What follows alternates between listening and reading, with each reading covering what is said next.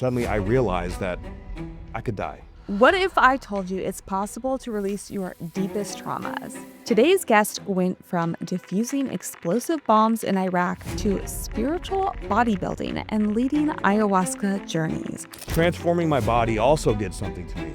This is not your typical wellness journey.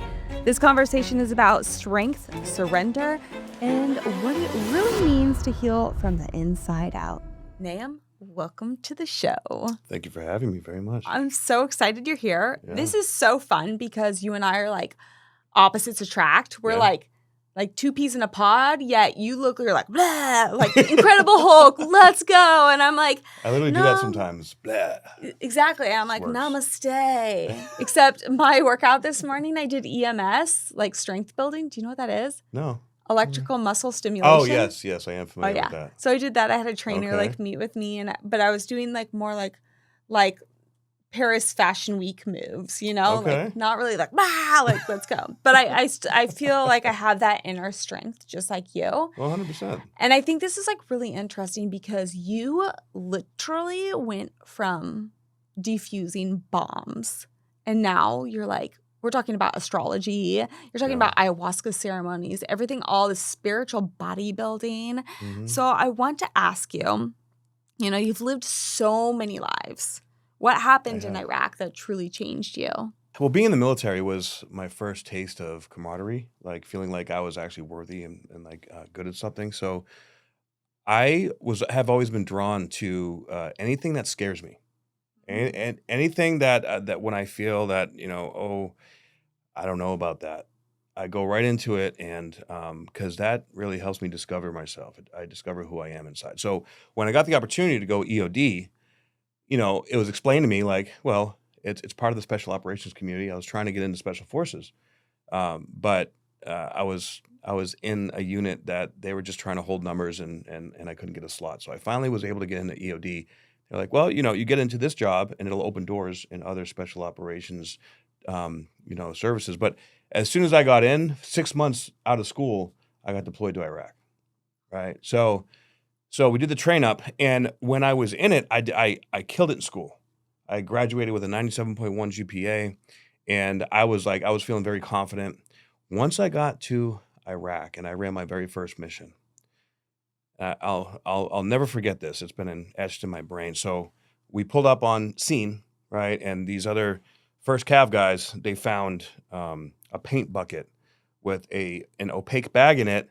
And they're like, no big deal. It's some bomb making material. So I go in and I open it up and there's a full up IED I'm holding in my hand. What's that? It was an RPG warhead filled with homemade explosives. Oh. And a cell phone attached to it. And the way this worked is, somebody calls a cell phone, it detonates, and Yeah, I've seen all the movies. I'm a pink mist at that point. So for some reason, whenever that moment happened, when it hit me, it activated this feeling in me that I had never felt before. Suddenly, I realized that I could die, right? And when I was in school, it was all theoretical. So I that feeling didn't hit me because I knew I wasn't really going to die. I can move through the processes, and I was able to be logical. But there was something about the knowing and understanding that I could actually get blown up at that point. I froze. It activated this part in me that I didn't know existed, and it planted a seed of existential doubt, like an existential crisis. And from that point forward, everything I knew about my identity, what I thought I wanted, who I thought I was, began to break down. And all my relationships around me began to break down. And it turned into a very, very difficult year and a half where everything in my life started unraveling. I ran 37 missions, and then my very last mission, I messed up pretty bad. Well, it was a dog and pony show, and I actually wrote about all this in my book. But it was a dog and pony show. We had an Iraqi general, show up to kind of see how we do what we do. And we were at this dirt bridge. There was trash and just crap everywhere. And they said that there was an IED that was on this bridge. So I went through the natural protocols, right? We couldn't find anything. We were out there for 3, 4, 5 hours. People are starting to, group around us. Like it went from dozens to hundreds, right? Just civilians? Yeah, all just Iraqi people, even like some Iraqi military and whatnot. But, I was a commander on the scene. And so we lost comms middle way through the mission. Now, the SOP is to like sit there and wait for another team to come out, but that would have taken 8, 12 hours. And I was getting very frustrated. So the final process that we were allowed to do is just drive over the bridge back and forth because we had an up armored vehicle. And see, if we trigger the IED, it'll hit the vehicle, the armor will catch it, we'll be good to go, we can go home, right? So we drove back and forth like 3 times. That didn't work. So we had this other device called a gyrocam. It's like a camera that shoots up 30 feet above the vehicle, and it has 8 different settings on it to identify like infrared, heat signatures, things like that. Looked around, couldn't find a thing. I broke out the robots. We had 2 robots in there. We flipped the robots over the side of the bridge, and there was like 5 feet of trash, on each side. There's just trash everywhere. A lot of times they hid the IDs in the trash. But I got fed up. I got frustrated, and so I decided to, I guess, risk my life. I was like, you know what? Screw this. I want to get out of here. I'm done. So I got out of the vehicle, and I went and I personally jumped into the trash, and I grabbed both the robots to pull them out to get out of there. I got them out, put them back in the vehicle, and I was like, all right, let's go home. Right? I'm done. I'll just write the report, and it is what it is. So as we were leaving, we got to the end of the bridge, and we went to go turn around to come back and leave, and we heard a loud bam. I was like, oh, what happened? Like, did the ID go off? Did it hit the vehicle? What's going on? No. We forgot to lower the gyrocam, and around there in Iraq, the power lines are like, they're all just hanging all over the place. So we drove through a power line, and as we turned around, it yanked the gyrocam out of the vehicle and it slammed on the ground. This thing's like a $500,000 piece of equipment. And then at that point, I was defeated. And I had to get everybody out of the vehicle, 3 other guys. And because this thing weighed like 2,500 pounds. And we had to all pick it up together, and we jerry-rigged it on top of the jerv. But that also meant that I was putting other lives in danger as well. Right. And that was a big no-no. Even though clearly, later on we found out that actually an Iraqi militia picked it up like 3 hours before we got there, and they turned it into one of the bases. So it wasn't even out there. But the damage had been done, and I violated so many SOPs when I got frustrated and, short-tempered. And, I was also, at that time in my life, I was very ego-driven.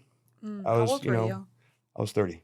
Okay. It was during my Saturn return, actually. Wow. Yeah. So that Saturn return was very, very extreme and powerful. It taught me some incredibly valuable lessons, but I had a lot of personality struggles with my chain of command and with my team members.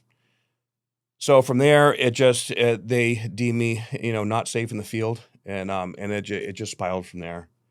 And I lost a couple ranks, and I got in a lot of trouble.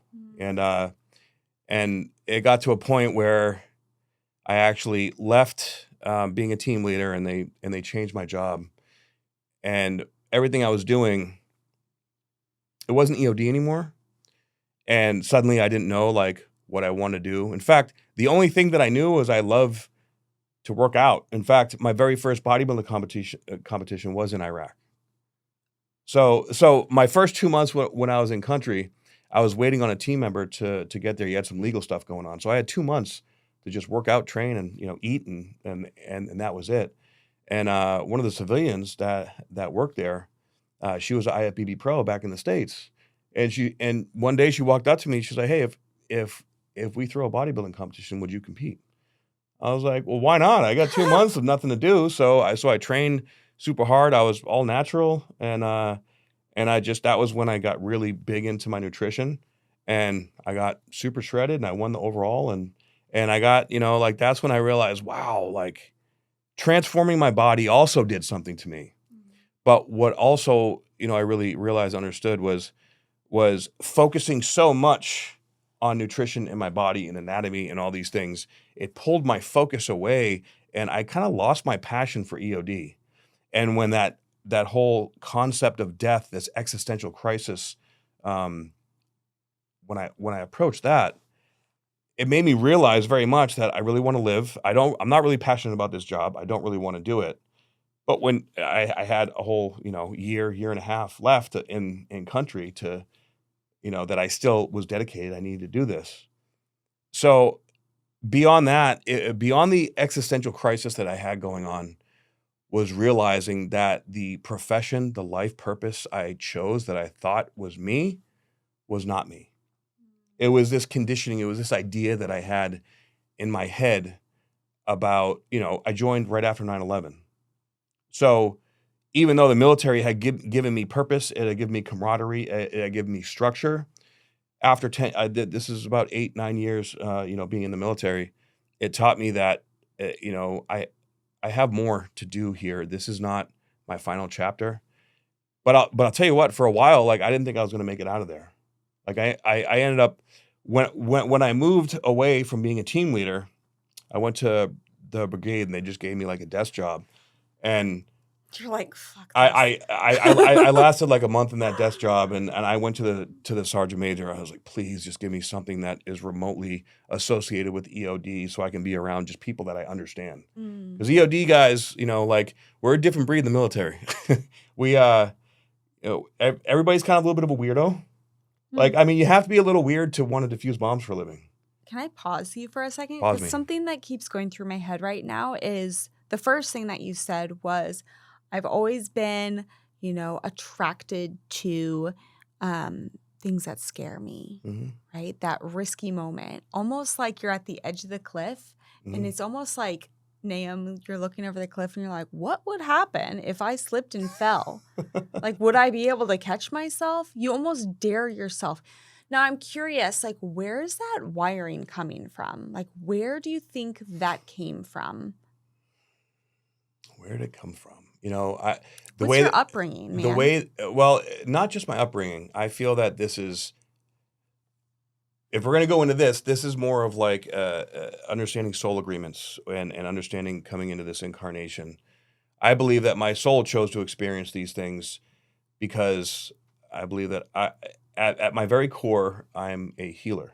Mhm. But the situations that I've been through, my makeup, the way that I am, astrologically speaking, I have the sun conjunct Mars, right? So I'm Oh, very masculine. I'm very explain. like go, go, go, Yeah. right? So there's something about going into these experiences that makes me understand myself more, right? And I've had a pretty tough life. And I'm not saying that as like a victim. I'm saying it because that's what I needed to mold myself into who I was meant to become. And now I'm grateful for everything that I've been through because that is sort of my education. That is my soul's understanding of who I am. And also, I also believe this too, that everything that I've gone through and going into those fears, that's how I empathically connect to other people. So Mhm. other veterans that I've worked with, they trust me because they know that I've been there in a Mhm. certain way. Even, I've struggled with addiction. I struggle with, bad relationships. I struggle with, abandonment issues, all these different things that I've learned over time through different external mechanisms, right, in my environment that now I'm able to connect with addicts because I can empathically feel what they're going through. And when you can connect energetically like that, there's a certain level of trust that is imposed on the situation. And in order to be able to truly heal, you need safety and trust, Mhm. right? So I had to learn how to create that in myself energetically at the soul level. And that's how I understand going through all the things that I did. Because like if you go to a therapist or a psychologist and you're I don't know, like a woman has been raped, let's say, Mhm. unfortunately, if the therapist has not been through that, then the person that's getting the therapy, like, well, Doesn't feel you safe. you don't get it, you don't understand. So it's kind of you feel judged, right? Yeah. And I've seen that, like, when I was younger, also, like getting out of the military, I did a lot of therapy and a lot of these different Western medical treatments. Of course, they just load you up on drugs, right?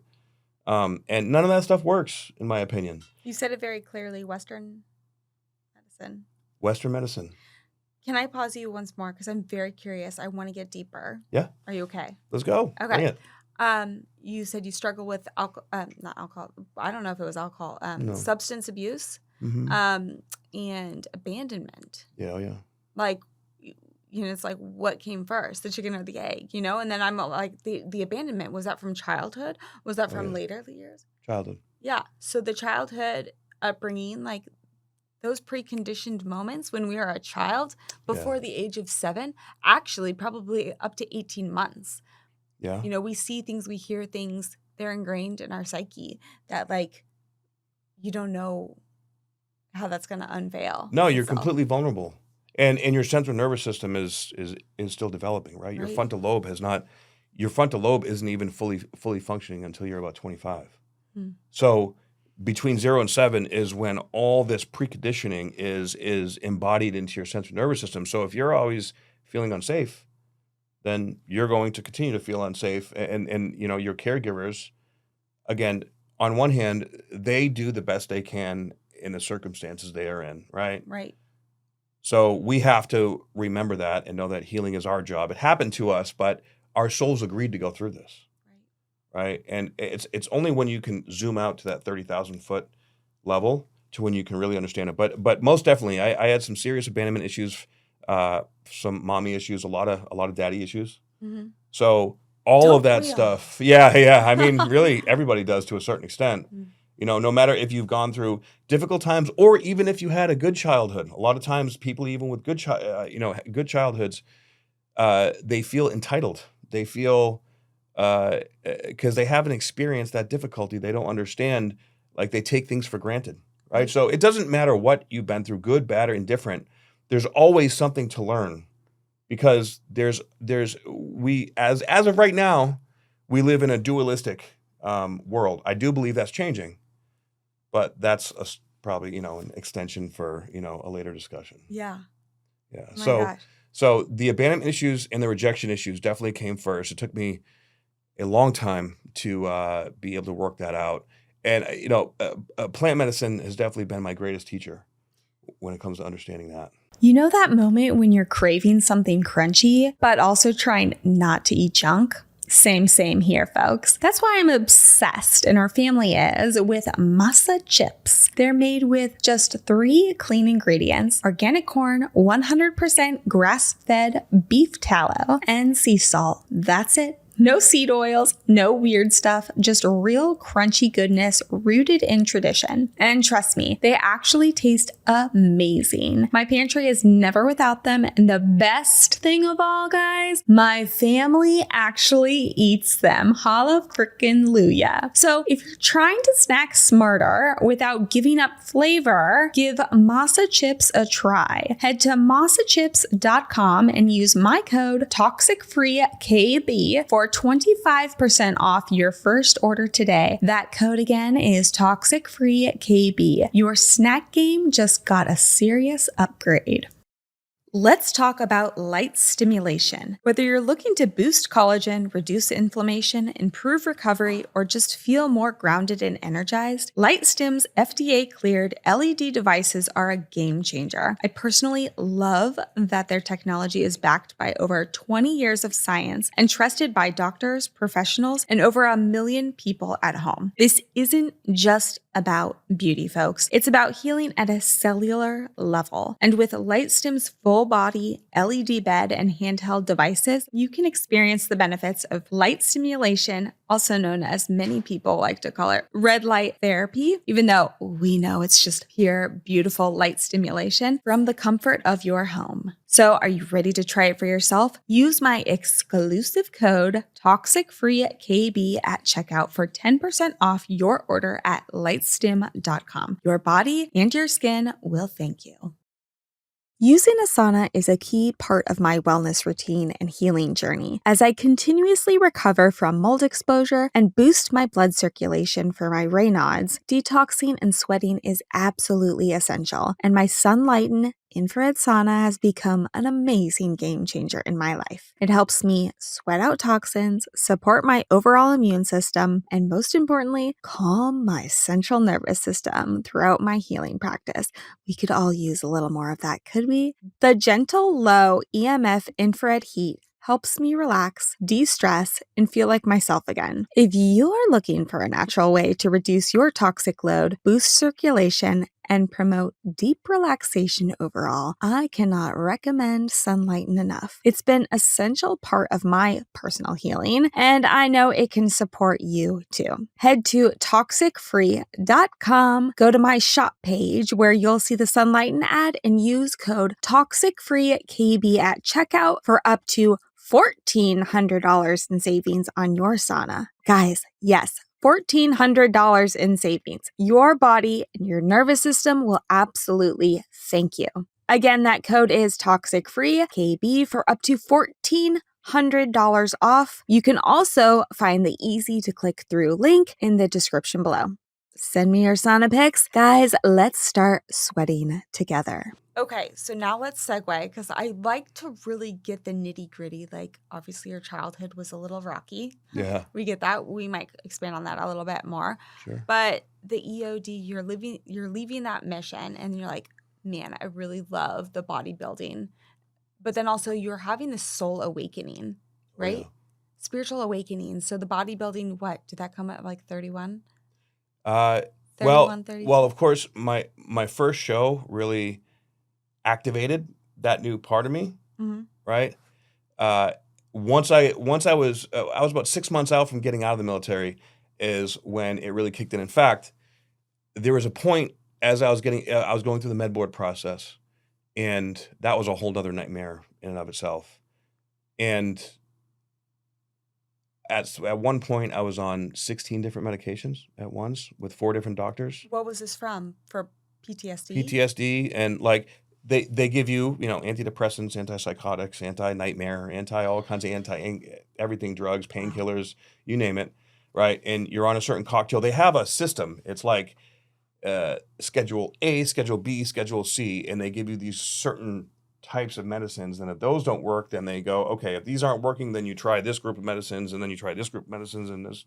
So it's And there's symptoms for everything. well, there is, especially the more medication you take, the more symptoms you have. Okay, tell me some that you got. Symptoms? Yeah. Oh man, it really you name it. I had severe anxiety, panic attacks. As I was getting more and more into the medications, I started having nightmares, went to night terrors, and they even had medication from that. Then I started having hallucinations. Then I started getting sleep apnea.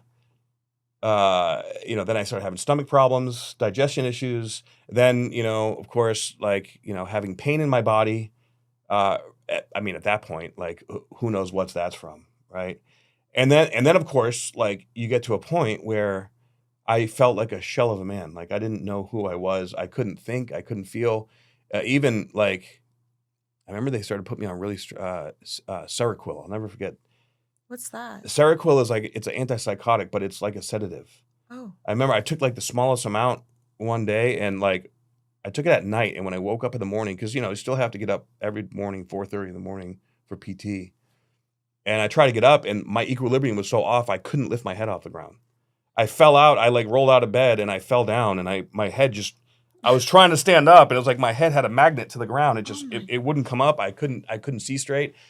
And it got to a point I was like, I'm done. Screw this. I can't live like this anymore. Like, it got to a point I was driving to work in the morning, and I started hallucinating that there was like a black van following me, right? Like, I felt like, now in retrospect, maybe it was dark spirits or something dark was following me. Mm-hmm.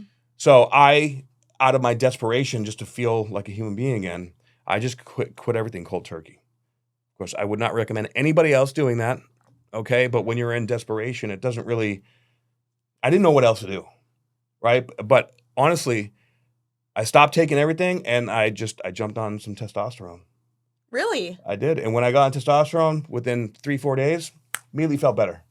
That's so funny that you're okay. This is so tangent, but that you're bringing that up because we were talking before the show started about 2025 or this year in general, going through eclipse season, we went down a rabbit hole. I'm like, it's been a tough year for me. Yeah. And I feel like it's very interesting when one goes through tough times. That's like so like surface level saying that. When one goes through like this and that and over here and family issues and work change, like blah, like everything coming at you. Yeah.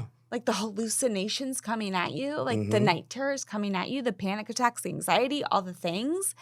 Like, yeah, hard times. But what I was basically saying was, like in those moments, you want to get, just like cut things off, right? Cut things off or find answers.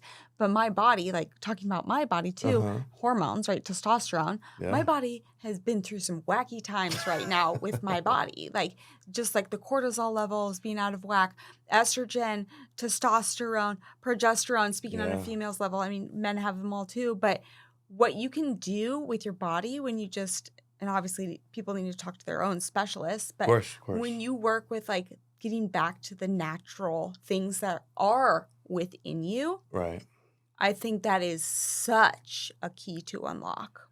Your hormones represent your life force, your fundamental life force. Now, testosterone, more specifically for men, women too, but women are much more complex with their Oh, yeah. hormones, right? So like you wouldn't be able to do the same thing, just jump on testosterone No, I need a and like balance. and yeah, exactly. So for you, it's actually more about stress mitigation and management, right? But that's for everybody actually, because the stress, even aside from pharmaceuticals and stuff, which also throw your hormones way out of whack and destroy your gut microbiome. Mhm. But the stress in itself, especially as we become more sensitive, these energies, as our vibration continues to rise, we're getting much more sensitive to external influence energetically. And that will throw the stress factors way more out of balance. And when that happens, the cortisol starts going nuts, the adrenaline starts going nuts, and the higher cortisol chronically in and of itself will shut testosterone down, right? And now your body's in a chronically catabolic state. Now you can't secrete all the digestive enzymes. Like it affects everything. Leaky gut, yo. I mean, I don't really know.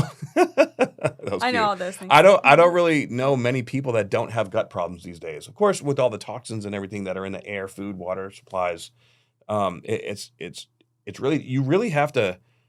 I mean, it's like you have to have a PhD in understanding like all the things that are going on to know, even have a good idea of what to consume. But this is also why diagnostics are so important. Are you ready to elevate your skincare game? Meet Delavie Sciences, a revolutionary skincare brand blending cutting-edge science with natural ingredients to create products that truly deliver. With proprietary formulas like their award-winning Ionia line, Delavie Sciences harnesses the power of space-age technology and advanced research to target fine lines, wrinkles, and skin damage. I absolutely love this line so incredibly much, y'all. I use it daily and have noticed that my fine lines that were starting to form have been dramatically reduced in appearance. Yes, naturally. This is definitely a hooray moment for me. I also love that their products are dermatologically and clinically tested, as well as a toxin-free. Perfect for anyone embracing a healthier and toxic-free lifestyle. Guys, I don't approve everything, but this I definitely approve. By listening to Toxic Free with KB, you'll get exclusive access to, get this, 25% off all Delavie Science products by using code TOXICFREE, because your skin deserves science, not shortcuts. Once again, visit delaviesciences.com today and use code TOXICFREE for 25% off and experience the future of skin health. To hear more about this innovative skincare line, listen to my entire interview with one of the founders of Delavie Sciences, Dr. Kyle Landry. I think one of the hardest things to incorporate change into our lifestyles is probably our cleaning products, because a lot of people think just because that smell is coming out, that means it's clean. But truly, y'all, you've heard me talk about this time and time again, that smell could actually be a toxin. So something that I've actually incorporated in our household, and I actually send the kits to all of my friends and family members as gifts time and time again, is Branch Basics products. Guys, Branch Basics never set out to sell soap. They truly are on a mission to help people create healthy homes and experience the power of pure. I am totally on this game as well. And someone that has been highly sold is our house cleaner. She has helped toss the toxins with me, and she uses Branch Basics for all of our cleaning necessities at our house. And let me tell you, we don't always live in a clean space. We've got 3 kids, 2 dogs, I've got a husband, so we've got a lot of things to clean up. 3 of the things that have really popped into my shopping cart lately are their new formula laundry detergent. Their toxic-free candle, because baby girl loves a good bath time and sitting by the candles at night when she enjoys her good veggie bowls, and also their hand soap. But 2 of the staples that I live by in our household, and trust me when I tell you I can use this for everything, even on my pups, is their oxygen boost and their liquid gold concentrate. So guys, I'd like to help you get started on your cleaning by giving you 15% off all starter kits. And also, guys, this applies to their hand soap and their toxic-free candle, all the things. Not only will you get your starter kit, but you can get a whole bunch of other items to stock up on. Give the gift to yourself and use my code over at Branch Basics, which is Toxic-Free KB.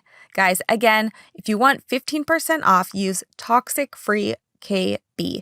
Let's be real. Finding a snack that's actually clean and delicious, not easy these days. That's why I'm obsessed with Vandy Crisps. They're made with real ingredients, no weird stuff, and they seriously deliver on flavor. It's the perfect go-to for when you want a snack without second guessing what's in the bag. My youngest son says that they're like thick, flat French fries, and he even squirts a little ketchup on them and off he goes. I actually sent my husband on one of his recent long journey 42-mile hikes with them, and he said it really put the spot when times got tough. So I think you'll all enjoy them too. And because you're part of the Toxic Free with KB community, you get a little something extra. Use code ToxicFreeKB for a discount at checkout on your first purchase. Grab yourself some original classics or their newest French onion flavor. Let me know which you like the best. One of the reasons I started this show is because I was that person that needed answers. I went through traumatic experiences in life. I was that girl. I still am that girl that's dealing through trauma of being date raped by a boyfriend. I'm so sorry. So when you said that, I'm like, that hits home to me. Yeah. And that's actually the first time I've shared that on the air. I think I've mentioned it maybe here or there, but thank you for your vulnerability. But thank you. But what I'm trying to say is that, yes, we've all been through stuff. But also the reason I started this show is because I needed answers. And I also needed to show people that you're not alone. Absolutely. And Absolutely. I wanted to have people on the show. I wanted to have professionals, doctors, because I was that girl that was struggling for answers, but then also struggling to, live in California. I couldn't afford all the fancy healthcare. I don't know many people that don't struggle in California. So This place is ridiculous. start a podcast and get people go. to come on and get all the doctors to come on and educate me. Right? I was an advocate for my own health. Just like you. I ended things cold turkey. I said, nope, I'm taking things into my own hand, whether it's healing from mold illness, parents' divorces, whatever these external factors are, whether it's going through war and becoming a veteran and going through night terrors and PTSD and all the things, it's different levels of extreme, but it's all one and the same. It is. It is. And that's what I think is so beautiful when you said, I stopped cold turkey and you got real. You put the testosterone in your body and you're like getting back to your spirituality, your inner core, your inner light. And I think something very similar happened to me when I was struggling in the deepest, darkest moments, and I may cry on this show. Get it, bring it on. But the deepest, darkest moments, I went to 10-hour Yogi Bhajan, Kundalini retreat, like those moments when you're just like, I need that higher source to guide me. Yeah. That's what I want to kind of flow into next. Beautiful. We went to the dark place. You were diffusing bombs, you know, you had that click of that other side of you that's like, this Yeah. is really not you. You don't have to struggle anymore. Yeah. You don't have to struggle anymore. You did from a young child. You wanted to risk your life, all the things Exactly. subconsciously. Let's grow. Let's do it. So, spiritual bodybuilding, you started going things all natural. It's not just about the vanity of the bodybuilding. Yes, you look good, you feel good, all the things, but there's something deeper there. 100%. Discipline, mentally, Consistency. physically, spiritually. Yep. Kind of jump into that for me. Okay. So let me preface this by saying that it didn't come immediately. I had to shed many layers over many years to fully understand these things. When I first got into bodybuilding, and it sort of saved me from the disparity of getting out of the military, of that really difficult couple years going on. And when I started bodybuilding, when I was getting out of the military, I was doing incredible. Like I was winning shows and I was doing great. But at the same time, it's almost like I latched onto that so that I could just handle being okay from all the difficulty that I went through, period, from the previous period of my life. And at that point, I really wanted to understand my own psyche, my own self, why I'm dealing with this PTSD, what's wrong with my brain. I want to figure it out. So I applied to ASU, and I started studying psychology at ASU. And as I was doing that, I was also competing in bodybuilding, and that's when I really, really ramped it up, and I got in the best shape of my life. But I will say, I made an agreement with myself at that time in my life that I was going to do whatever it took to make it in bodybuilding. I want to be an IFBB pro. I got obsessed because really at that point, it was like, wow, okay, I'm really, really good at this, right? I feel like I'm an elite athlete, and when I would train, I felt free, I felt strong, I felt confident. But then, of course, I started taking a little bit too far, right? Uh-oh. I started taking a little too much gear, and I was doing good, but at the same time, I started, and I learned this later on, but I started feeding off the external validation, right? The There goes body, that ego. Come back the ego came back in, and like on the whole other side, and I was starting to, as the first time in my life, I was starting to get all this attention, and I was, and it started, inflating my ego in a new way, and there was a couple years there where I hurt people. I became a little bit of a narcissist, and I had to get, karma always comes around, and karma is a great mirror, a great teacher. So there is a couple years between 2011 and I would say 2014, right before I got in a massage school and I found ayahuasca. I was right around the same time, and I got into a relationship that at that time I thought she was my twin flame, and I fell madly in love, and I sabotaged that real bad. What happened? Right, it cracked my heart open in a way that I had never felt before, and it was like a whole new level of intimacy for me, and very soon after we started, connecting, it was very much based on sex. Yeah. Right. So it was kind of like that Physical. that F and F relationship, right? F and F. Fuck me, fuck you. What? Yeah, I was gonna say fight fuck relationship, but fuck me, okay. fuck you. Okay, same thing. I see. Right? I've never heard that before. Okay. Yeah. So would have a ton of intimacy, and then suddenly I would get insecure. I would think that she's talking to other dudes, cheating on me, whatever. And she worked in an industry in Vegas that she was basically made money off her sexuality, which a lot of people do, right? But whatever. But that is what really awakened my abandonment issues, my mommy issues. Because for a while here, 4 years or so, I was seeking all this external validation. I was getting a lot of it, right? And then now, like, I'm with this woman that opens my heart up, and I'm afraid, I'm projecting to her, I'm afraid that she's doing the same things that were going on in my mind that I had done to other women, right? So, as far as I know, she wasn't. This is all the stories I was creating in my head. But for about a year and a half time, we'd get together, then break up, then get together, then break up. It was just back and forth, and everybody in town started knowing about it. It got really, really ugly to the point where I literally pushed her away. And there was this one dude that she was friends with that I was so insecure about. This He was a big jacked Hawaiian dude. And I was so convinced that she was like Is it The Rock? I'm just No, but kidding. he actually looked kind of like The Rock, I actually. love him. His name was Chris Brown, actually. Oh, Not the not the famous guy. rapper. No. But I was so insecure about this dude. And then, of course, eventually, you know, I pushed her away enough to where like 2 weeks after we broke up, she started dating him. But I manifested that, right? So that was one of the more difficult identity crises that I experienced. Aside from my very last bodybuilding competition in 2013, you know, I was supposed to be on a reality TV show. It's called House of Huge. Oh, And they were bringing like 8 bodybuilders into a mansion to do peak week, and they were going to show the whole thing. We're going to do, yeah, it was wild. bro, But can you lift more than this? well, Was it like that? Well, it was supposed. I don't know what it was because it never happened. Oh. But it was supposed to be. They were going to have like Ronnie Coleman and a couple other like pros there. They were going to Wow. like have us do tests and stuff while we were getting ready. Because I don't know how that would have looked. Because when you're during peak week, you're like delirious.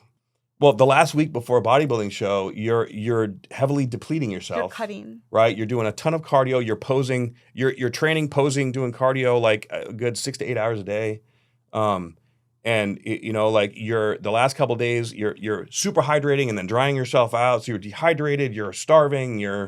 I mean, you see these guys on stage, and by the time they're on stage, they're all No pretty water. close to death. Like it's very, very, very unhealthy. Which is also why, you know, I walked away from the stage. But this last show that I did, I went from light heavyweight to heavyweight, and I was supposed to be on the show. Last minute, the day before I got on the plane, I was living in Vegas, and I had to go to Miami. And I got an email that they canceled the show because one of the sponsors backed out. And it just happened to be the sponsor that had the mansion that we were going to live in. So now, you know, this is 2 weeks out from the show. I have a plane ticket. I'm broke pretty much because I spent all my money on this competition. I got nowhere to stay. I'm getting stressed out. Cortisol's, you know, spiking. And in that state, you get cortisol spikes. You're holding on to water. You can't get dried out. It's, you know, it's very detrimental. So I went out there anyways, and I went through it. But I placed very poorly. I placed, I think, 33rd out of 38. And at that point, I like lost it. I felt like my identity was shattered. I wanted to be an IFBB pro so bad. I was obsessed, but that made me realize that my identity had become bodybuilding. I was so attached to the identity of a bodybuilder with that external validation that broke my identity down. And then a couple months later after that is when I started massage school. And when I went to massage school, one of the first things they teach you there is to get into your beingness, like slow down, breathe, right? To get present so that you can work and really connect to the human body. Well, I had never done that before. I was always go, hardcore, like, rah, right? I was all kinds of just Hulk smash. And Hulk smash. and when I started to learn how to, you know, slow down, about two months into massage school, I remember I started getting this really weird, nasty headache that went from the back of my head right here to the back of my right eye. It was so strange. I'd never gotten headaches like this before. And one day it got so bad, and I had taken like Vicodin and Tylenol and all these things. Nothing was working. So my partner that day, hey, can I do some body work on you? See if we can, you know, get this headache out of you. And as soon as he put his fingers on my CV4, which is the joint that's right here between the cranium and the up the neck, I shot into what felt like an acid trip. And I literally, my eyes were closed, but my body was kind of convulsing, like I was having like a seizure. And I felt like demons were trying to attack me.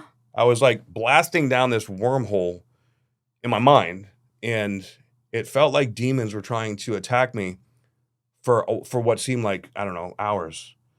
And after a while, like I felt more safe. I felt like it was dark, but I was safe somehow. Come to find out, like about 20, 30 minutes into this process, the whole thing lasts about 2 hours. And it was in front of the entire massage class too. They're like, everyone get your videos out. This is like a learning moment. Yeah. And come to find out, when I came to, I woke up, there was 4 people working on me doing Reiki and different kind of body work. I woke up, I felt like I got hit by a bus. And I was I like, think you probably had a seizure. no, it wasn't a seizure. No? Well, what the instructor told me, When I woke up, had this weird smirk on his face. I was like, "Dude, what the hell just happened to me? Am I okay? Like, do I need to go to the hospital?" He's like, "Brother, you had just the most powerful SER I've ever seen in my What's life. that? Somato-emotional release. Oh Are you gosh. familiar with the fascial unwinding?" Yes, we're gonna jump into that. Okay. Um, I had kind of an interesting experience about 2 weeks ago Really? that was very, I wouldn't say it was very similar to that, but it felt similar. I did Okay. a breath work Ah, okay. with, Breathwork can definitely she did activate that Reiki and too. breath work on me. My dear friend is a breath work facilitator. But I have never done it to this extreme. I'm in this journey right now, Nam, that Mhm. like is, I just want to like unveil it all. Let's get it. And so I was laying down on my bed and she's taking me through this thing. And after, like, towards the end, like, I basically was like sweating profusely and then I was freezing. And she's like, Mm. she told me at the end, she's like, you're releasing fear. But I was literally pretty much like you, I like blacked out at a certain point and Uh-huh. then came to at some point. I don't know if like I left my body, went back into my brain, and I kind of spiraled into a panic attack. Ah. And I was like, and I was like, oh my God, I can't breathe. I can't breathe. And it was Uh-huh. so weird. But she was kind of similar situation where it's like things kind of got recalibrated. Yeah. But those extreme somatic experiences are for real. Oh, 100%. So for people listening who are new to fascial stretch therapy, Mhm. I'm going to call it fascial stretch therapy. Yeah. What were you calling it? The fascial unwinding. Fascial unwinding. Yeah. That's something that can happen with fascial stretch therapy, but also many other Okay, modalities. let's talk about the unwinding part. Uh-huh. Jump into that. What is it? So particularly we were talking about, our nervous system being embedded with feelings in your central nervous system between 0 and 7 years old. As we get older, all these emotions are trapped in our nervous system, and from the nervous system, they shape our fascia, right? And our fascia encompasses every organ, every tissue in our body. It's the somatic memory holder in our body. It's ironic that the fascia system is the one system they do not teach in college or university. Why not? Why do you think that? Because I think that the powers that were don't want people to know how integral and powerful that system is. It is literally the system that coordinates every other system in the body. It is, my opinion, the most important system to understand for healing. Yep. I think that's why they don't teach it. Anyways, fascial unwinding, when you finally get your mind to a certain level of stillness or a certain level of surrender, it allows all that stress-based, cortisol-based energy to leave your body, but you have to feel safe to do it. And when we slow down, this is why deep breathing is so important. When we recalibrate our parasympathetic nervous system to our sympathetic nervous system, because many people are stuck in sympathetic dominant states, right? When we are finally able, through whatever mechanism that we experience that activates it, we find that balance. Now the parasympathetic nervous system can recalibrate and open it up. So it literally, for me, I'm sure, because at the time I was about 250 pounds, 30 pounds bigger than I am now.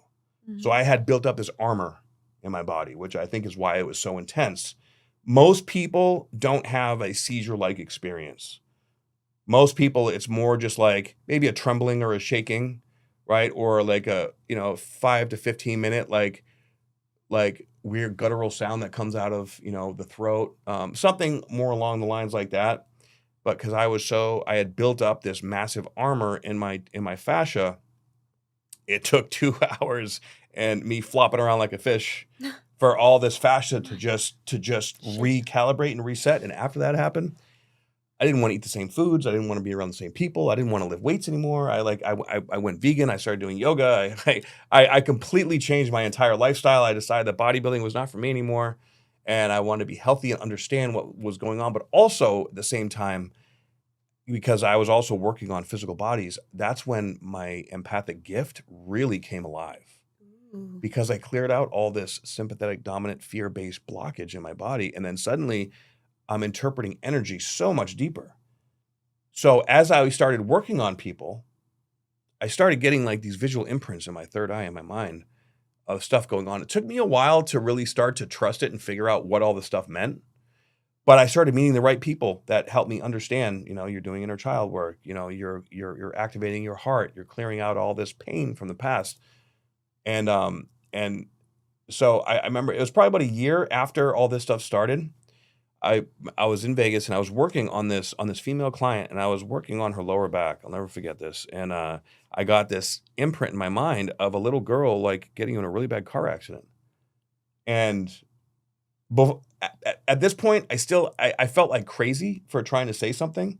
I was like, my mind's just wandering and playing tricks on me. But it's like, I'm gonna ask. I'm just, Excuse me. right? Like I was like, I've had this happen a few times. I don't really know what it means, but I'm gonna ask because we worked together a few times. So I kind of trusted her. I was like, hey, I gotta ask you, like, were you ever in a car accident when you were a little girl? She looked at me. Her eyes were like, what did you say? And she started crying and she was like, oh my God, I was just like reliving that experience. Mm. How the hell did you know that? And that's when I was like, okay, this is something's going on here. And what I realized is that over more time, and especially when I got into working with plant medicine, is that I'm able to connect in the physical body with emotional trauma that's stuck in the fascia in the tissue, and I'm able to extract it. And so that's when body work got really interesting because as I started trusting it and believing in it more and more, it got stronger and stronger and stronger to the point where now, like, particularly like when I'm working with people with plant medicine, now I can just do it through my voice, through vibration, and then singing icaros and different songs and frequencies.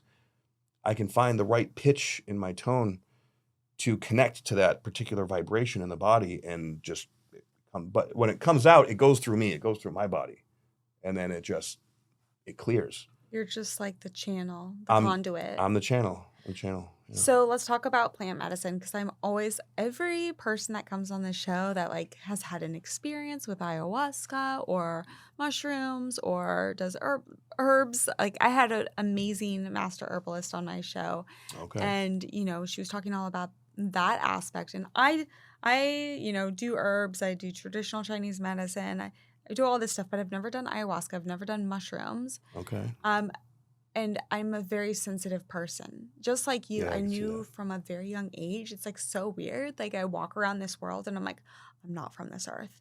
Like there's Yeah. no absolutely freaking way I am from this earth.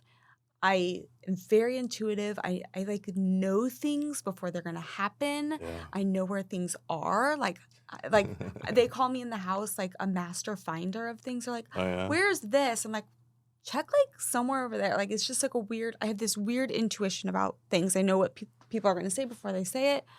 But the plant medicine, I'm a little freaked out about that. If I were to I get engage it. with that in my life, the only extreme thing I've done on that is do a temescal ceremony down in Mexico Oh yeah. Okay. where you Well, go into the hot temescal is still very, very powerful. whoa Did you take and any medicine? Did you take San Pedro in there, or was it just?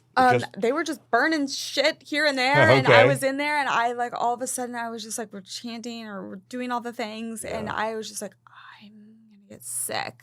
Uh huh. And one of the shamans took me out and took me to the bathroom. Things are coming out both ends, and Oh it was yeah. I call that getting a gold star. I got a gold star. I got 5 gold stars. I got 5, and then Nice. like it was literally like the biggest purge of my life. Yeah. And it's so crazy. Like I want to know more about the ayahuasca because I know a lot of people are just like hitting them there, here and there, and it's not safe the way that they're taking ayahuasca.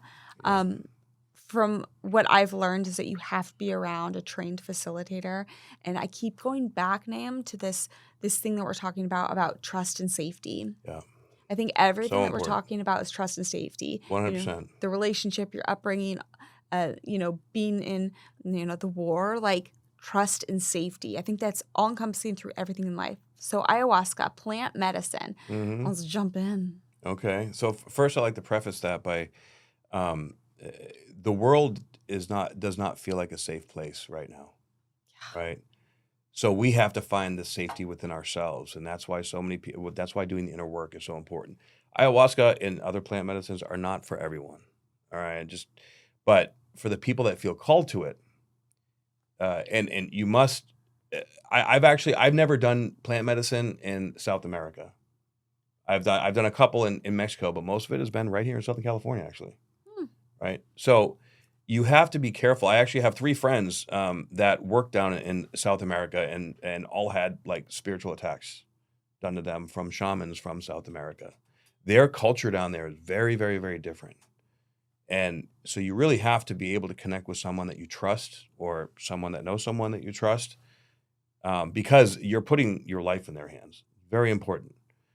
I've been very fortunate to find a lot of really powerful and really good role models as practitioners. But I was actually listening to a podcast yesterday with Tucker Carlson and Alex Jones, Hmm. and Alex Jones was talking about ayahuasca, and what he said was pretty much the polar opposite of what I've experienced.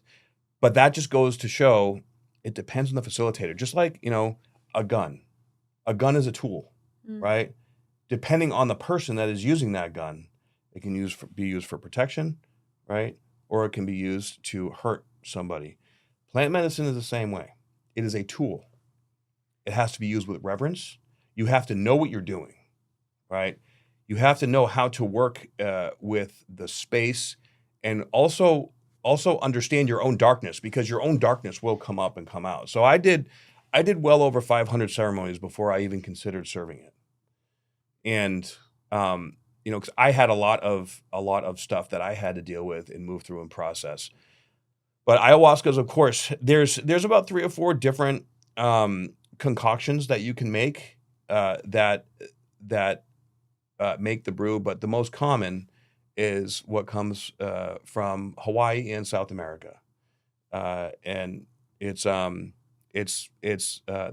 vine and then the chacruna plant, and you boil them together, and one contains MAOIs that help make the DMT last in the gut longer, and What does that then mean? uh, I'm like pretending I know what that means. MAOIs, Yeah. monooxidase amine inhibitors. Oh. So there's a certain enzyme, MAOIs are an enzyme that break down DMT before it can be metabolized.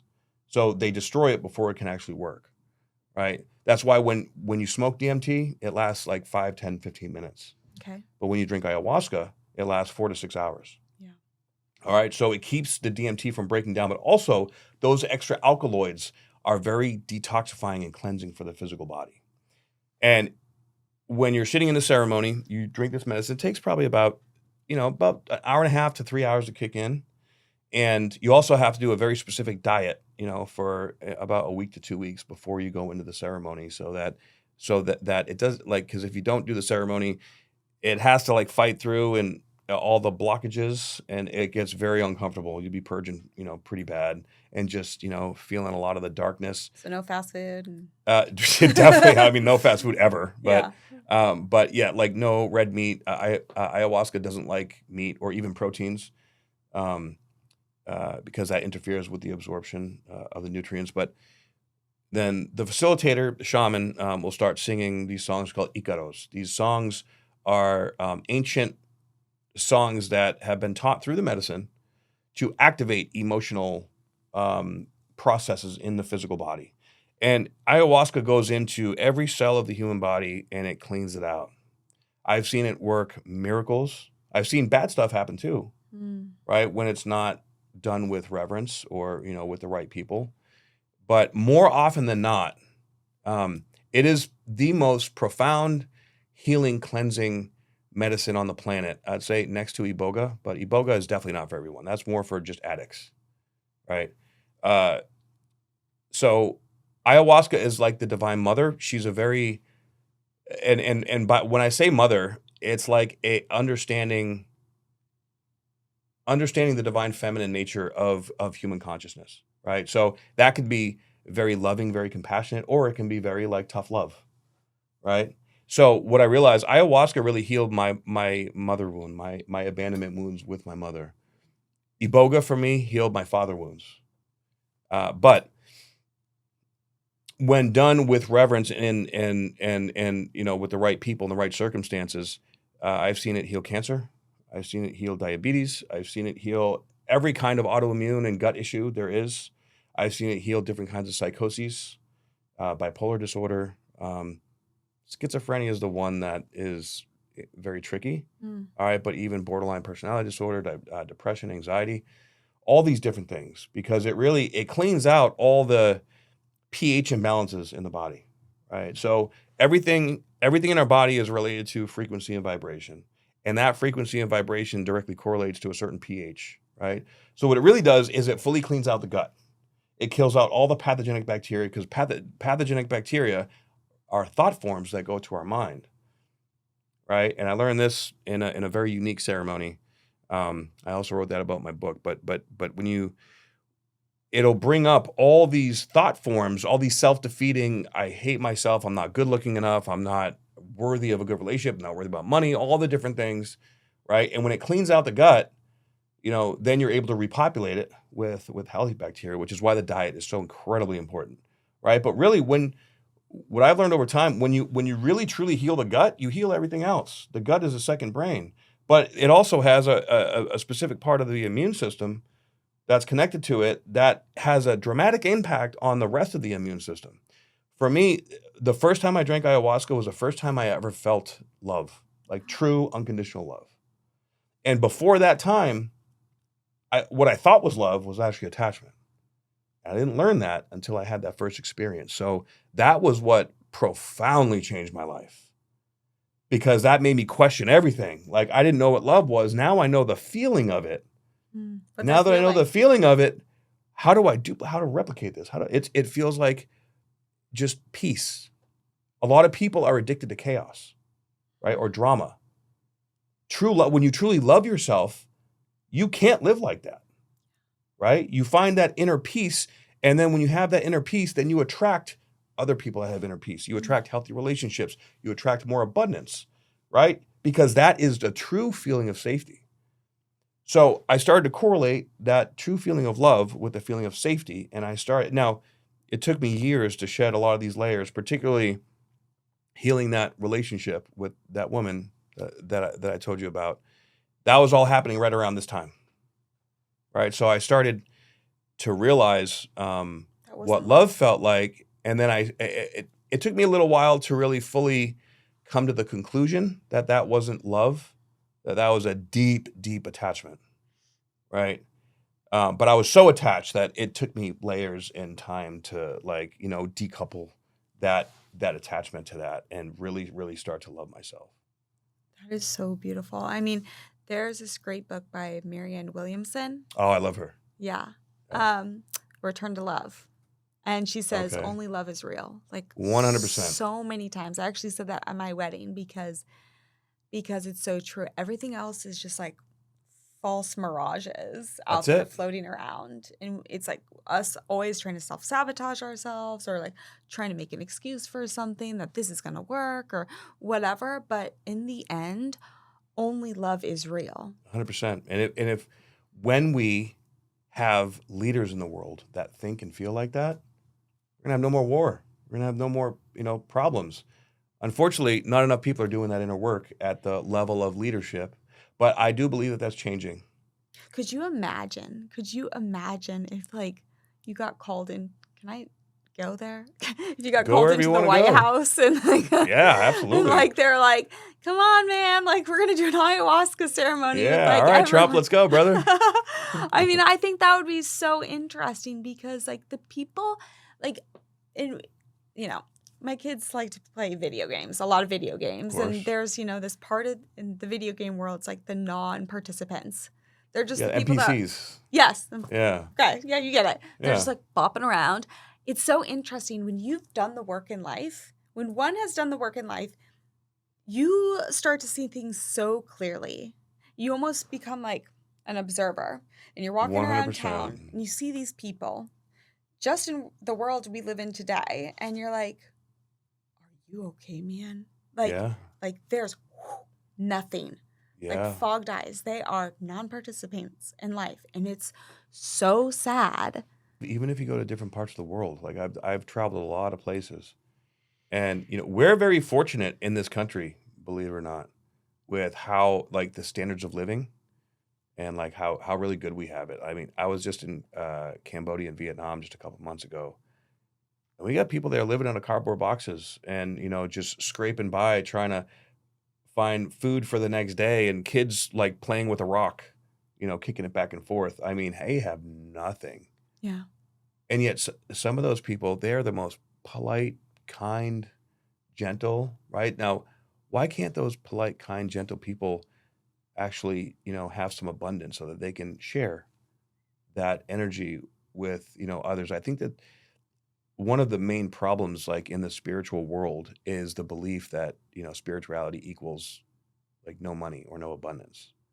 And I think that's a very unfortunate mindset. But I also think that, that's changing a lot, especially with this awakening that's going on in humanity, right? We're all starting to realize and learn that if people that do this kind of work have these millions of dollars and have these, connections and networks and abilities, we're going to be, sending money to charity, opening up healing centers, like stopping the child sex trafficking, industry, like all these dark things that have been dominating, having all the money and resources.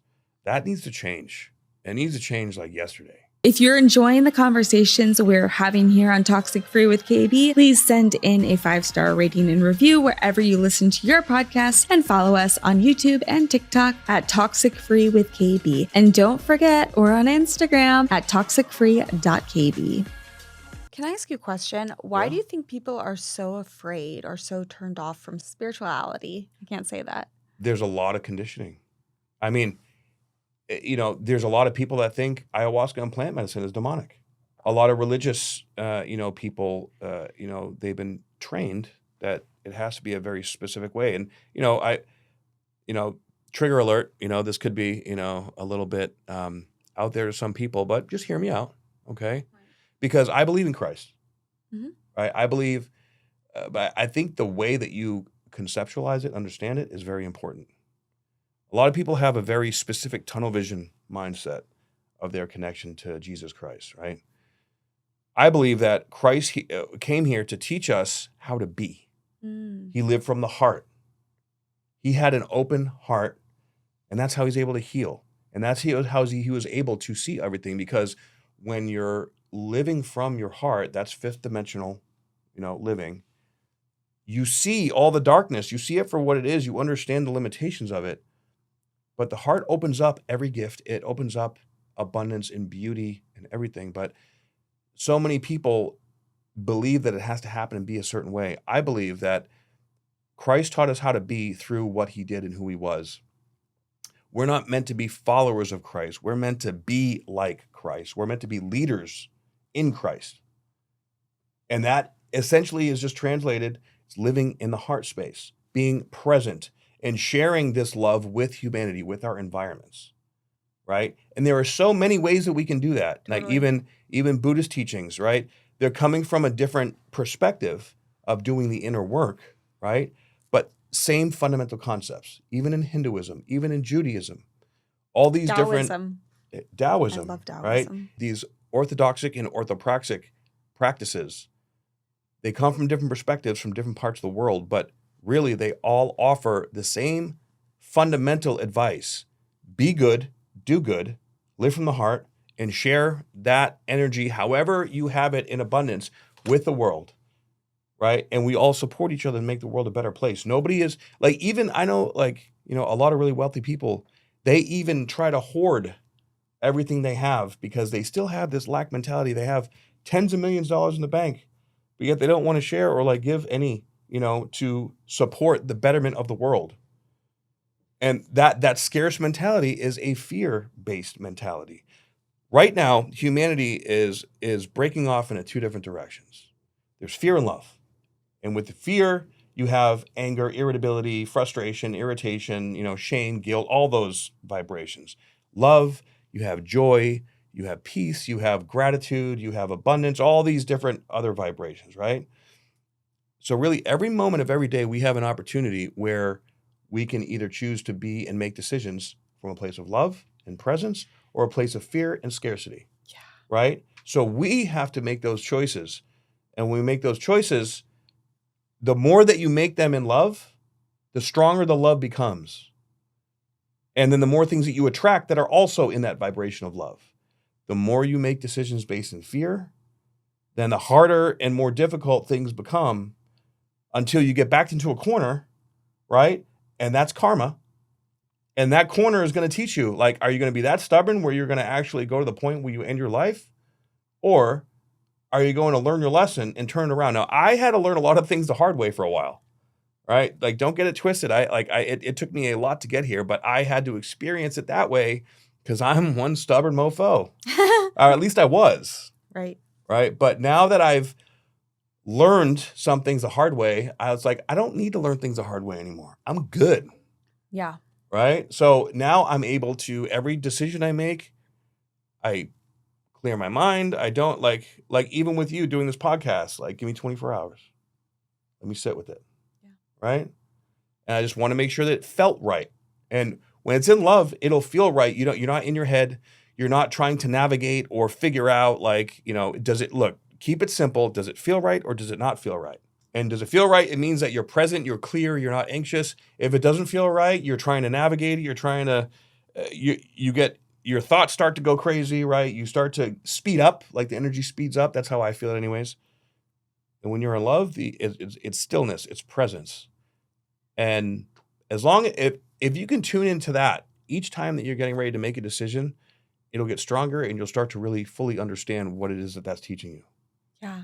I mean, I think also like bringing in curiosity. You have been so curious to navigate so many different things in your life, energetics, astrology even.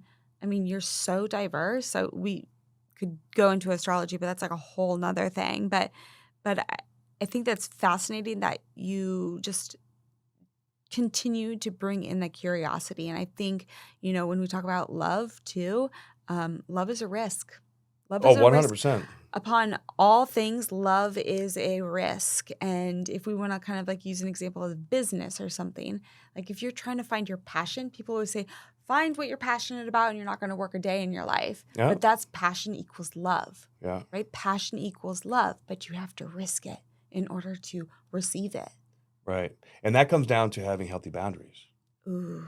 Right? Those boundaries, man, like when you don't have healthy boundaries, like, again, you can think that you're in a place of openness and abundance, but your reality is your teacher, in my experience, in my opinion, right? So sometimes we have to learn through our unhealthy boundaries how to develop healthy boundaries. But once we do, that's also like, it's simple to come back to that fundamental spot, but it's not necessarily clear cut. Because our emotions make it complicated, right? I think everybody wants something in their life that they don't fully have, right? There's always that desire. I want to have more money. I want to have a better relationship with my kids. I want to have more time. I want to have, whatever it is that you want that you feel like you don't have. But I think that's also what keeps us driven to continue to grow. And in this lifetime, if you ain't growing, you're dying, right? Just like movement. If you ain't moving, then there's no circulation, right? Then that's decay. So all these fundamental concepts all come back to the same things, right? And from my experience, in my opinion, the greatest teachers, of course, combined with learning how to read energy through body work, also learning how to read more psychological energy through astrology, and then plant medicine sort of clearing out all the blockages and the restrictions in my physical body, opening up my mind and connecting deeper to the energetics of life. That combination of all those things has really learned to teach me and help me how to channel my own truth. And now that, because even for a few years, as I was doing this body work and also working with plant medicine and astrology and even microscopy, for a while when I was doing body work, I would be taking on the suffering of others because there was a part of me deep down that believed that I deserved to suffer. And it got to the point where I started having postural issues and I ended up tearing my right labrum and my right tricep after a few years because I was working on 7, 8, 9 people a day. And I was doing a lot of concierge work. So carrying my table around everywhere with me. and just trying to force it a little bit at first until I really because I was taking on all this energy. I was helping people, but I was hurting myself in the process. So I wasn't being a channel and letting it go through me. Boundaries. Boundaries, exactly. So through it getting really bad, right, I had to take a step back and stop. And then as I started slowly getting back into it, I would take a new approach and learn how to really, once I started doing more work with plant medicine and body work and vibroacoustics and really combining these things together, I would get so deep and so intense that I would just be having breakthroughs left and right. Around the time that I was really around the time that I got into Iboga, that was when things really took off to a whole different level. And I feel like I went through a couple years of an initiation, but it was at the same time where I was going through a really difficult custody battle, and I had lost everything. Wait, tell me more about that. My beautiful daughter, Aya, she was born in 2017, and I had met her mother just really like 2 months before she got pregnant. So I had just gotten out of a relationship with the what I thought was my twin flame, and I had met this other woman like month and a half after her and I broke up. I found out that she was dating that dude that I was super insecure about. So me and this girl, like she seemed very aware and very spiritually connected to me, and we started connecting, and it was just friendship at first. Um, then we ended up doing ayahuasca ceremony together. Uh-oh. When we did ayahuasca ceremony together, she had a vision, and her vision was ayahuasca came to her and planted a glowing white beam of light into her abdomen and said, "You're going to have a baby." Now, what was really weird about this ceremony was that the facilitator, this is the only time I've ever seen out of over 1,000, 1,500 ceremonies in ayahuasca, only saw this one time ever. Normally, about in the middle of the ceremony, the facilitator will do what's called a limpia. Limpia is a special energetic, even ancestral cleansing. So they brought her up to the center of the circle, and they started doing a special limpia on her womb. Randomly? I mean, clearly this was not random, but ayahuasca, she tells you what to do and you do it, right? Like she's your guide. So at the same time, around the same time that they did a special healing on her womb, she had a vision of a beam of light going into her stomach and telling her that she was going to have a baby. And she told me this afterwards, and I was like, oh, okay. Like, well, I hope you have fun with that. Like, I didn't think that it was going to be with me. Right. I thought that after all the years of bodybuilding, like I thought I was sterile. I didn't think I could have kids. And I tried having kids with the previous woman, never happened. Damn. I mean, sex education 101. Well, yeah. So, and especially, ayahuasca does heal the body. And so apparently she made me a little more virile. So, oh, God. Day and a half later, we had sex. And I was still living in Vegas at the time. She lived in the Bay Area. And about a month later, I got a phone call from her. "Hey, guess what? I'm pregnant." And that was kind of like the exact same, the same look on my face when that happened. And I was like, "Congratulations, that's awesome!" Like I was in denial. I didn't. You didn't know it was you. I didn't. She's like, "Yeah, I haven't been with anybody except you." So, yeah. And it took me a little while to really come to terms with, shenanigans. Like this is okay. This is happening. But of course, that started bringing up like I found out that I was adopted when I was a teenager. My stepfather and I didn't have a good relationship growing up. I was homeless. I was all, foster care. And the last thing I wanted to do was bring a child into this world. And, I didn't know how to be a parent. But of course, out of responsibility and respect, I packed up my stuff in Vegas. I moved to the Bay Area, and I tried to support her the best I can. And things were going pretty smooth, pretty good. And she started dating somebody else, and I was totally cool with that. I didn't want to be with her like that. I realized that she made me feel safe, but at the same time, I was still incredibly heartbroken over the previous relationship, and I had not healed that even closely yet. So I was in like a heartache, emotional turmoil. There were so many things happening so quick, right? And plant medicine will speed up your karma. That's for sure. So when my daughter was born, her name's Aya, by the way. Mm-hmm. And after my daughter was born, she changed. She got very controlling, very manipulative, very, very dark. She even she tricked me into, a few messed up things, but I was just like, look, I want you to let me be a father to my daughter. That's it. And that didn't really happen. And it started to get unbearable to be around her. So after about 3 months, I made probably the hardest decision of my life, and I ended up leaving and going back to Vegas because I wasn't making any money. I was living on her couch. I didn't feel like a man. Yeah. And I was trying to get business, like nothing was happening, and I didn't really like the Bay Area. The whole vibe up there was just not for me. I was like, I tried, but I need to make money. I need to have a foundation for myself. So I went back to Vegas, but I still went back up there twice a month. I would drive back and forth from Vegas to the Bay Area twice a month to see her. But after the third time I went up there to see her, she stopped letting me take her. She accused me of like trying to kidnap my daughter, all kinds of weird stuff. Mm. And so I decided to take her to court. And that was when I realized very, very dark. I didn't realize how nasty someone could be until the custody battle. But not only with her, but with the whole system. The whole system is rigged, especially in California, against fathers.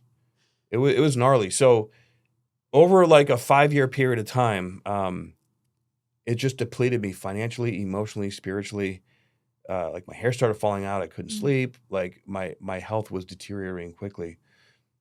And so 2021, fast forward, my daughter's 5 years old. After COVID hit, and I had to go up there, I also had to wear a mask and do all these things. Like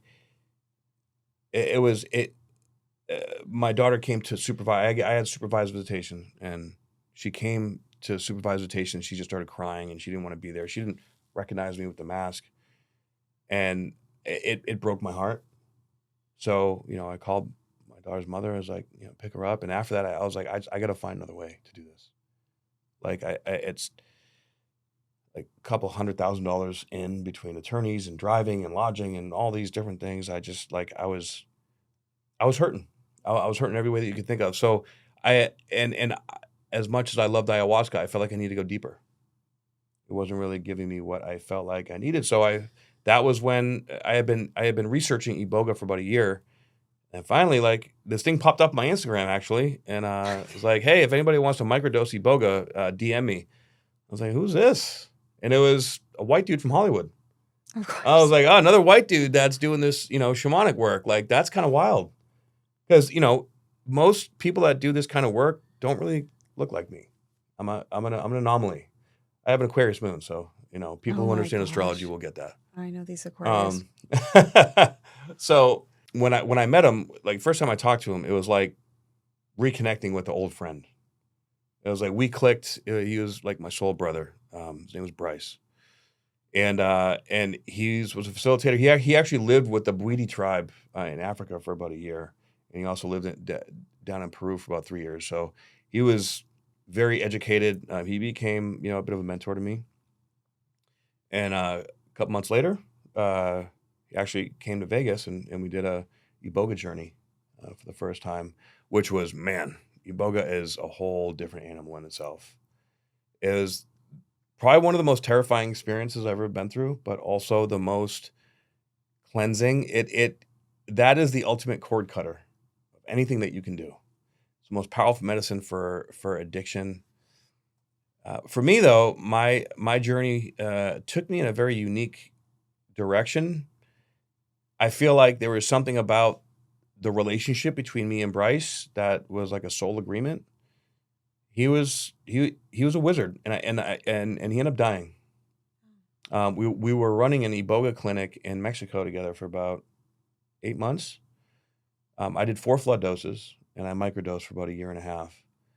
But at the same time, I was in the process. I started doing a lot of ketamine around that time too, because I was actually doing healings with ketamine and vibroacoustics, and I was having a lot of luck with that. I was really doing some powerful work, but I found that I was also starting to get a little bit.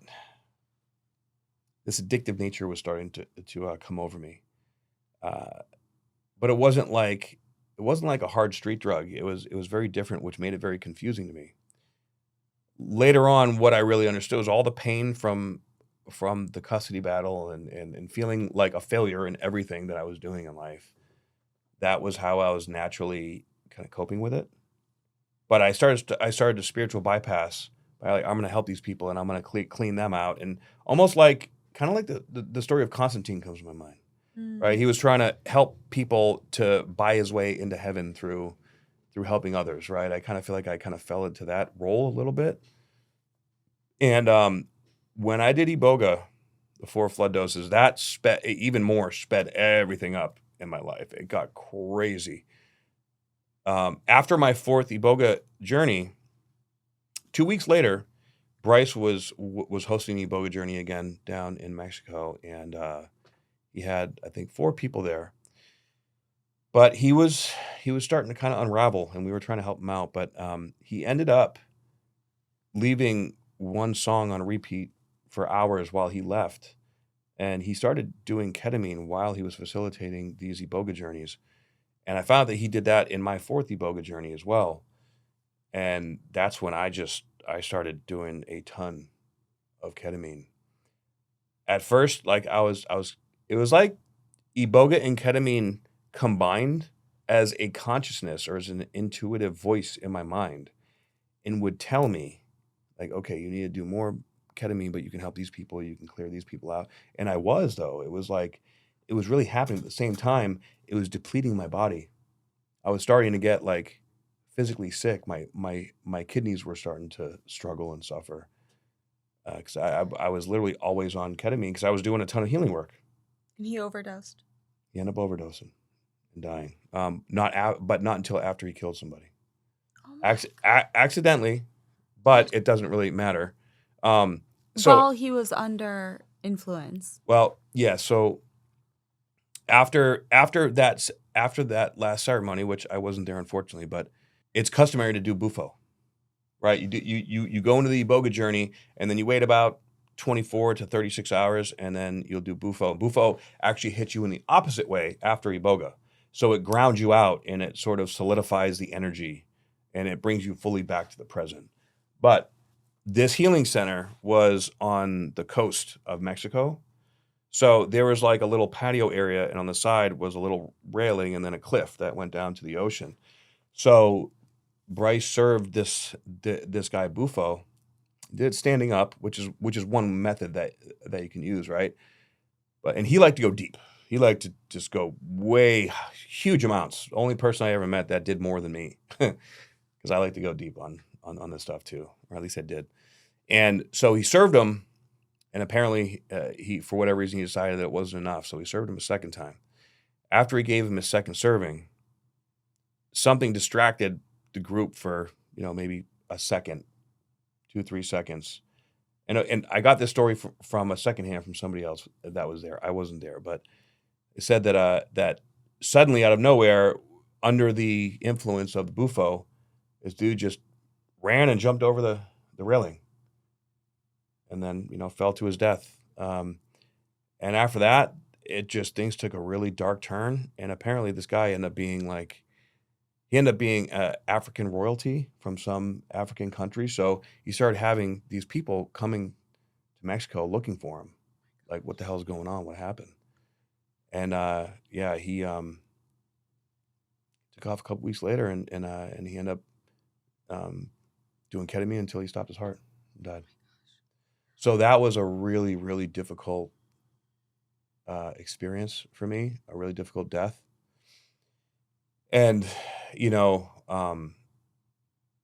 that changed everything. It hit me in a lot of ways that I still even don't fully consciously understand, but between all the difficulties with the custody battle, and I thought, like, we were actually getting ready to do a documentary. We had a plan to go down to Peru and start filming, and we had Dennis McKenna in it, all these big things that were going to happen, and then that went down. And a couple weeks later, like, I went into my own space and I almost killed myself with ketamine, and I felt like I was infused with his spirit somehow. It was all very hazy, even still, because I was just so for like 7 days straight. I didn't stop. I didn't stop doing ketamine, but I had a massive, massive Kundalini activation at that point. But then I started feeling this. It felt like a dark spirit that was following me around. You are so versed.